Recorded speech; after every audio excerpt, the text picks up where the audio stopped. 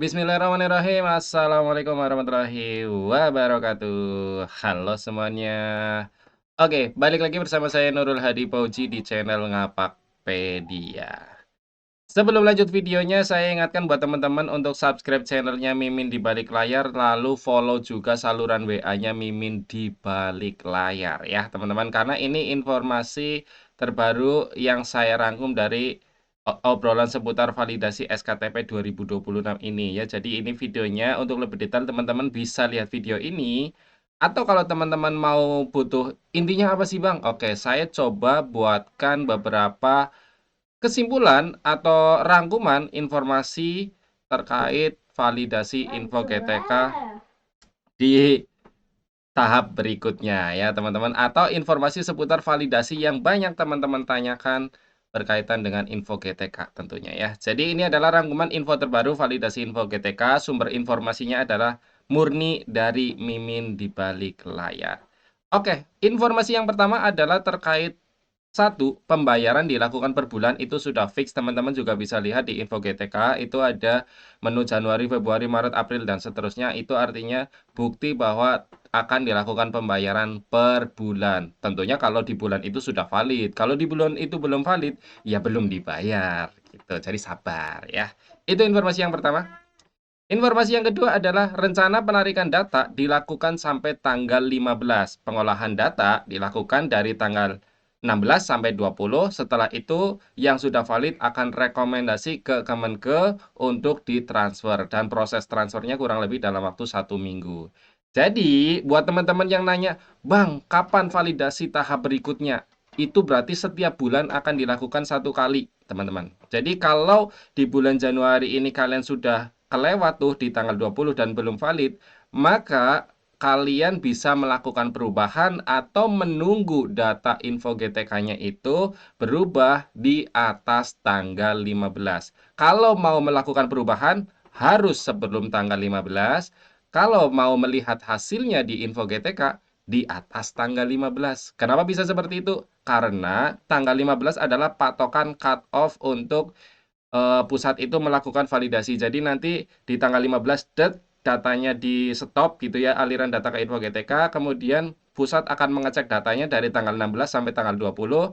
Nah, sehingga diputuskan tanggal 20 atau tanggal 19 atau tanggal 20 gitu, mana-mana yang valid, dan nanti tanggal 20 ke atas data yang sudah valid akan dikirim ke Kemenke untuk melakukan transfer TPG-nya. Sederhananya seperti itu. Jadi kalau sekarang sudah kelewat tidak valid, ya udah tunggu bulan depan.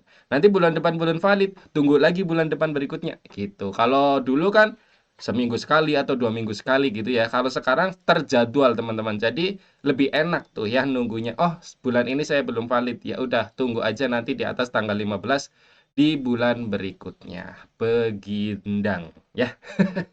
Itu jawabannya ya. Kemudian informasi yang ketiga adalah kemungkinan SKTPG per bulan.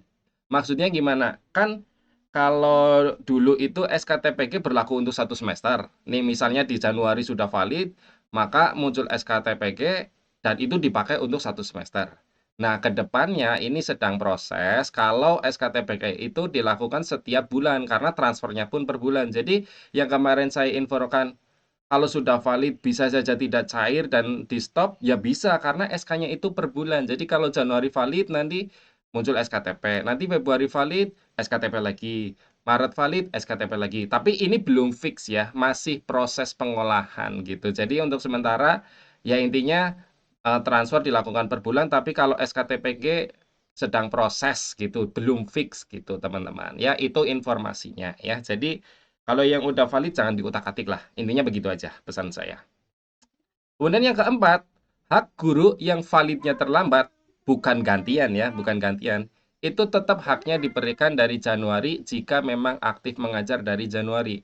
Contoh, guru saya nih, Januari ini kan belum valid, tapi memang di bulan Januari ini sudah aktif dan mengajar dari Januari gitu-gitu teman-teman. Tapi nanti mungkin validnya di bulan Februari, ya udah, maka nanti di bulan Februari itu beliau akan menerima transferan haknya tetap dari Januari. Walaupun kan transfernya per bulan, tapi kalau memang dari Januari itu sudah aktif dan memang mengajar di bulan itu, tapi validnya di bulan Februari, maka 2 bulan haknya tetap terpenuhi. Ataupun misalnya validnya Maret, validnya April, ya udah tetap terpenuhi dari Januari. Selama mapel itu belum kekunci ke guru lain.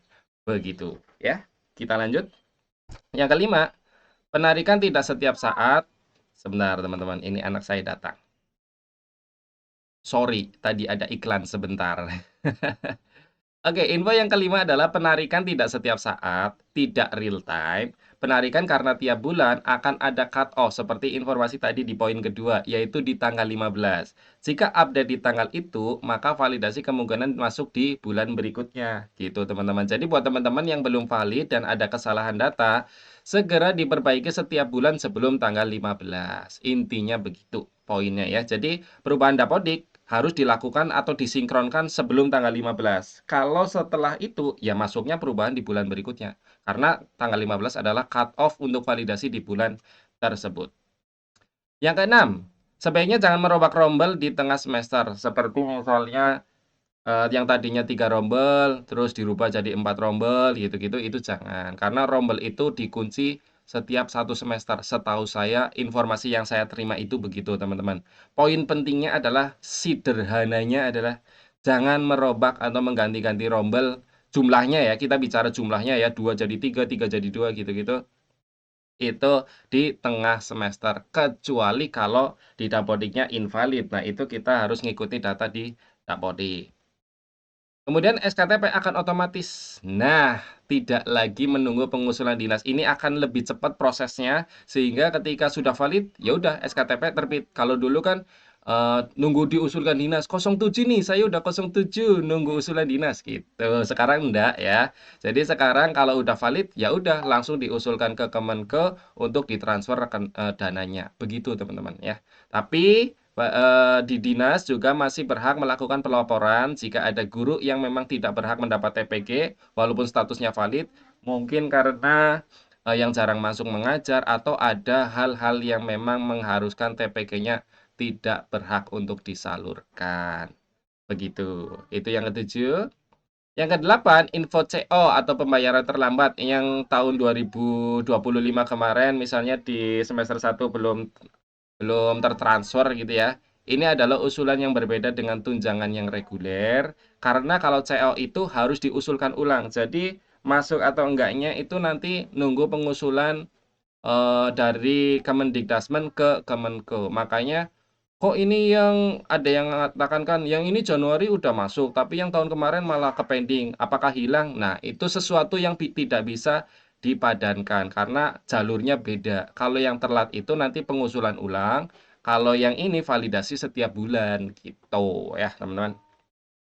Yang kesembilan, PPG baru. Nah, ini juga banyak yang nanya. PPG baru lulusan 2025 masih proses. Yang penting saat ini yang harus kalian lakukan adalah NIK valid, sudah punya NUPTK dan valid, dan aktif mengajar. Ya, nanti mungkin energi akan terbit di bulan Februari, Maret, atau kapanpun itu, tetap kalau dengan semuanya sudah aktif dari Januari dan mengajar dari Januari dan valid dari Januari di jam mengajarnya, maka hak Anda tetap dari bulan Januari. Nggak usah takut. Walaupun energinya mungkin nanti terbit di bulan Maret, April, begitu. Nggak masalah.